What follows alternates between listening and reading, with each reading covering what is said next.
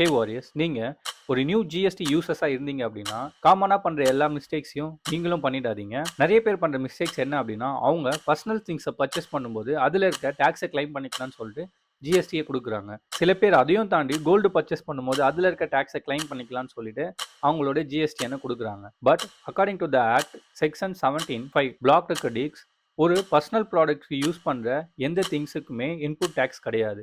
So சட்டப்படி நம்ம கண்டிப்பாக அந்த டேக்ஸை ரிவர்சபிள் பண்ணணும். ஈவன் நீங்கள் உங்களோட ஜிஎஸ்டினை கொடுத்து நீங்கள் பில்லு வாங்கியிருந்தாலுமே அந்த ஐடிசியை சட்டப்படி நம்ம கிளைம் பண்ணக்கூடாது. ஸோ கண்டிப்பாக நீங்கள் உங்கள் பர்சனல் திங்ஸுக்கு அண்ட் இல்லை மாதிரி கோல்டுக்கு நீங்கள் எப்போ உங்கள் ஜிஎஸ்டி பில்லை யூஸ் பண்ணாலுமே அந்த ஐடிசியை மறக்காமல் ரிவர்ஸ் பண்ணுங்கள். இஃப் சப்போஸ் ஜிஎஸ்டி ஆஃபீஸில் அதை ஐடென்டிஃபை பண்ணாங்க அப்படின்னா நம்ம அந்த ஐடிசியை ரிவர்ஸ் பண்ணணும், அந்த பெனால்ட்டியும் பே பண்ணணும், நம்ம எவ்வளோ நாள் அந்த ஐடிசி இருந்ததோ அதுக்கான இன்ட்ரெஸ்ட்டையும் பே பண்ணணும்.